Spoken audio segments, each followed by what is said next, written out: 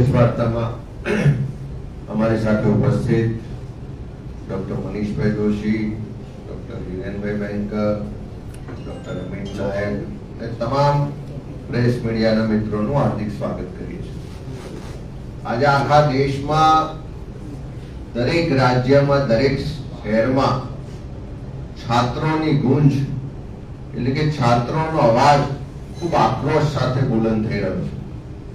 ભારતીય જનતા પાર્ટીની જે સરકાર છે એની ભ્રષ્ટ નીતિ, એના મેળાપીપણા અને આખી સિસ્ટમ ફેલના પરિણામે આખા દેશમાં પેપર લીક એક મહામારી બની ગઈ હોય એવી સ્થિતિનું નિર્માણ થયું.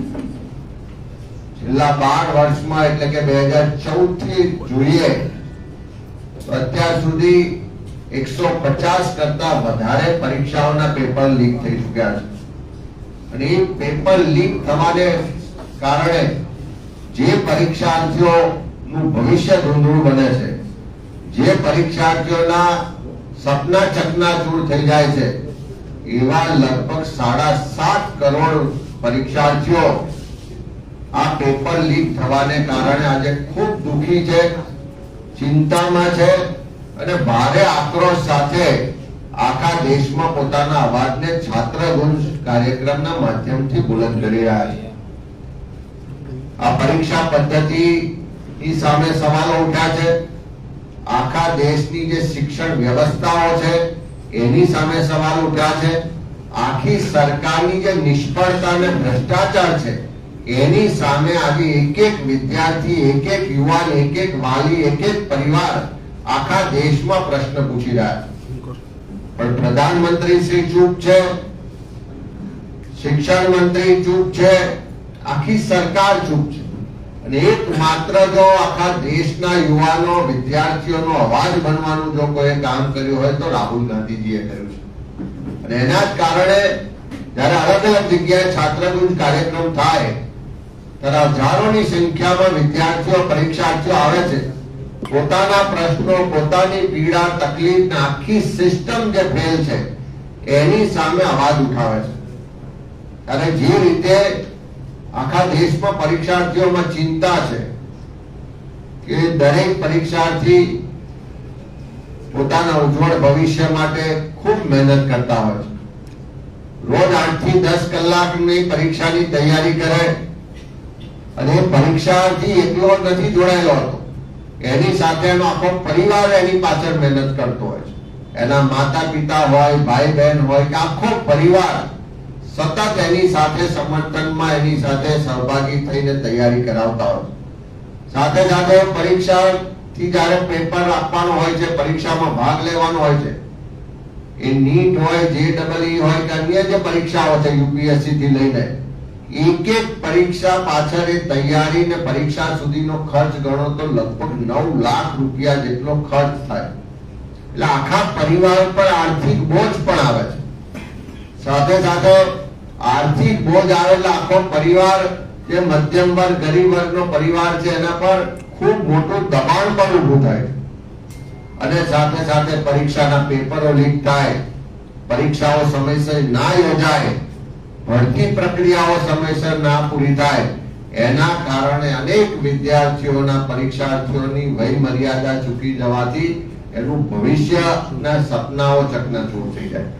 અને એવા સંજોગોમાં આખા દેશમાં જે પરિસ્થિતિ છે કે આખા દેશમાં જે પરીક્ષાર્થીઓ, વિદ્યાર્થીઓ છે એમના ભવિષ્ય માટે અલગ અલગ જે ક્ષેત્રો છે, જે એની ભવિષ્ય માટેના દરવાજાઓ છે કે કોઈ સ્ટુડન્ટ ભણી ગણીને બહાર આવે તો એક મેન્યુફેક્ચરિંગ ક્ષેત્રમાં એને નોકરી મળી શકે, પોતે એન્ટરપ્રેન્યોર તરીકે પોતાની કારકિર્દી આગળ લઈ જઈ શકે, જે ખાનગી કંપનીઓ કે સંસ્થાઓ છે એમાં એને નોકરી મેળવવાની તક હોય, સાર્વજનિક ક્ષેત્ર એટલે કે સરકારના જે PSU છે એમાં એને નોકરી માટેની તક હોય, અને એક તક છે સરકારી નોકરી. પણ અત્યારે જે બાકીના ક્ષેત્રોમાં બધી જ જગ્યાએ મંદી છે, બધી જ જગ્યાએ લાગવક અને ગોઠવણ વગર નોકરીઓ નથી મળતી. આર્થિક સ્થિતિ એવી નિર્માણ થઈ છે કે એનું ભવિષ્ય ખૂબ ચિંતામય હોય એવી સ્થિતિ છે.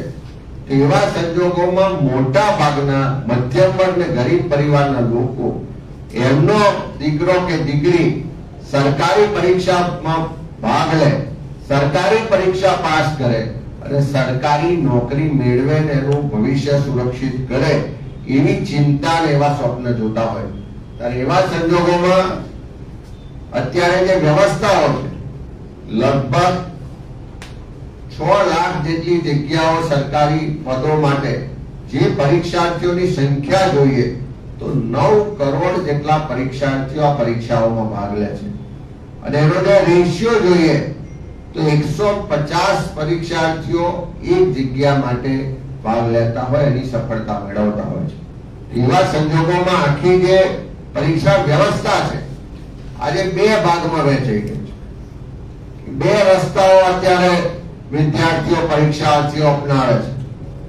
એક 99% પરીક્ષાર્થીઓ જે ગરીબ મધ્યમ વર્ગ સામાન્ય પરિવારમાંથી આવે છે, જે વર્ષો સુધી ખૂબ મહેનત સાથે પોતાનું ભણતર પૂરું કરે છે, રોજ 8 થી 10 કલાક પરીક્ષાની તૈયારી કરે, એક પરીક્ષા પાછળ 9 લાખ રૂપિયા જેટલો ખર્ચ કરે, આખો પરિવાર એનો આર્થિક બોજ સહન કરે, એની વય મર્યાદા પૂરી ના થઈ જાય એની ચિંતા સાથે સતત દબાણમાં રહે અને સાથે સાથે બધા જ દરવાજા બધા જ કોઠા પાર કરે ત્યારે 150 માંથી એક વ્યક્તિને સરકારી નોકરી મળે.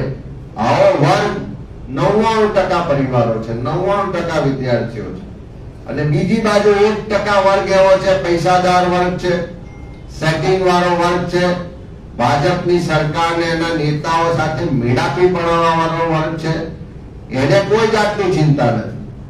એને ચિંતા છે કે પરીક્ષા માફિયાઓ જે છે કે એના દલાલો છે એની સાથે નેટવર્ક કરે છે, સાથે સાથે જે પેપરના નિર્માતા છે, પેપરનું ટ્રાન્સલેશન કરનારા લોકો છે, એનું પ્રિન્ટિંગ કરનારા લોકો છે, ટ્રાન્સપોર્ટર લોકો છે, એનું જે આખી સિન્ડિકેટ ચાલે છે અને સાથે સાથે પછી લાખો રૂપિયાનો સોદો થાય અને એ પેપર ખરીદવામાં આવે છે, પેપર લીક થાય છે અને એ પેપરનો આખો જે શિક્ષણ માફિયાઓ ધંધો કરે છે અને એ પેપર મેળવી અને આ 1% જેટલા વિદ્યાર્થીઓ પરીક્ષામાં પાસ થઈને સીધી નોકરી મેળવે છે.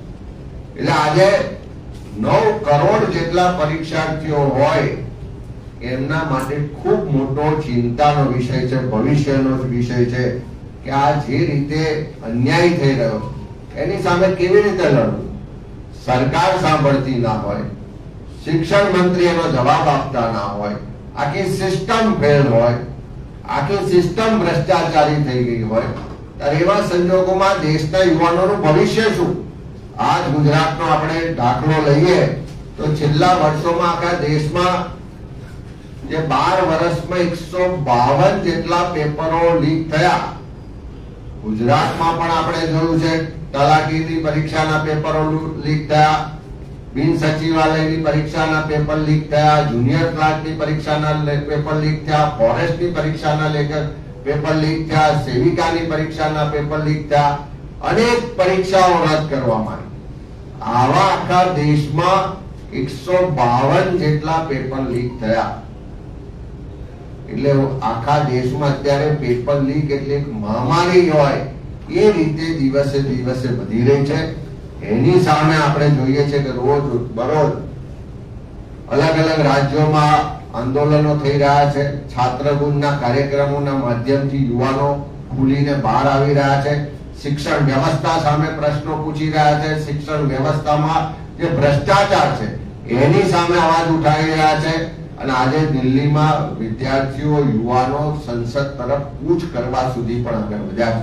અને એવા સંજોગોમાં ગુજરાતમાં પણ લાખોની સંખ્યામાં યુવાનો છાત્રગુંજ કાર્યક્રમમાં જોડાઈ રહ્યા છે. એમના રજીસ્ટ્રેશન કરાવીને કાર્યક્રમોના માધ્યમથી જે ગુજરાત સરકારની પણ ફેલ્યોર છે, ત્યાં ડબલ એન્જિન સરકારની શિક્ષણ વ્યવસ્થા ફેલ થઈ ચૂકી છે. પરીક્ષા પદ્ધતિ પર પ્રશ્નો ઉભા થયા છે, જે પેપરો લીક થાય છે, જે યુવાનોનું ભવિષ્ય ધૂંધળું બન્યું છે, એ બધા જ લોકો આજે એક થઈને સરકાર સામે અવાજ ઉઠાવી રહ્યા છે. સાથે સાથે માંગ પણ કરી રહ્યા છે કે તાત્કાલિક શિક્ષણ પ્રધાન ધર્મેન્દ્ર પ્રધાન જે છે એ રાજીનામું આપે. જે એનટીએ છે, નેશનલ ટેસ્ટિંગ એજન્સી, જે આ પરીક્ષા વ્યવસ્થા આખી બદનામ થઈ, ભ્રષ્ટ થઈ, એના માટે જવાબદાર છે, એ એજન્સીને તાત્કાલિક રદ કરવામાં આવે.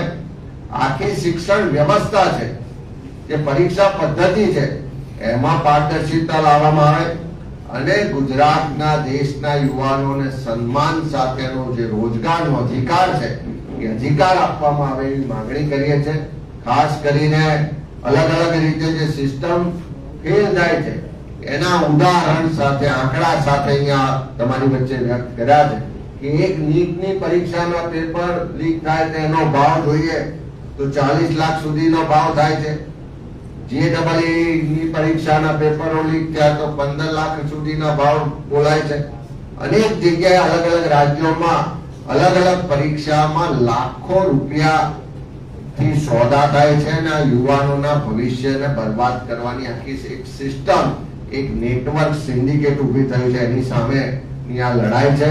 ગુજરાતમાં પણ અમારા યુથ કોંગ્રેસના સાથીઓ, NSUI ના સાથીઓ, આખી કોંગ્રેસ પાર્ટીના અમારા કાર્યકર્તાઓ આજે એક એક પરિવાર, એક એક વિદ્યાર્થીને વિનંતી કરીએ છીએ, આહવાન કરીએ છીએ કે ઘરમાં બેસી રહેવાથી આ પદ્ધતિ નહીં બદલાય. ઘરમાં બેસી રહેવાથી આ ભ્રષ્ટાચારને નહીં રોકી શકાય. એના માટે બહાર નીકળવું પડશે. છાત્ર ગુંજનો કાર્યક્રમ રાહુલજીએ તમારા માટે એટલા માટે જ મૂક્યો છે કે આ કાર્યક્રમના માધ્યમથી તમારા પ્રશ્નોને ઉજાગર કરો, તમારા અવાજને બુલંદ કરો, આ સિસ્ટમ બદલવા માટે તમારા સૂચનો, અભિપ્રાય આપો અને સાથે સાથે આ ભ્રષ્ટ વ્યવસ્થા બદલવા માટે રસ્તા પર ઉતરીને આંદોલન કરો. આવનારા દિવસોમાં ગુજરાતમાં પણ એક એક શહેરમાં, એક એક જિલ્લામાં આ છાત્ર ગુણના કાર્યક્રમના માધ્યમથી આ બધા જ મુદ્દાઓને ઉઠાવીશું, પારદર્શિતા લાવીશું, ભ્રષ્ટ જે લોકો છે એને ખુલ્લા પાડીશું અને ગુજરાતના યુવાનોને એનો અધિકાર અપાવીશું. કે અમારા સૌનો સંકલ્પ છે એ આપના માધ્યમથી ગુજરાતના યુવાનોને, ગુજરાતના એક એક પરિવારોને પહોંચાડીએ છીએ.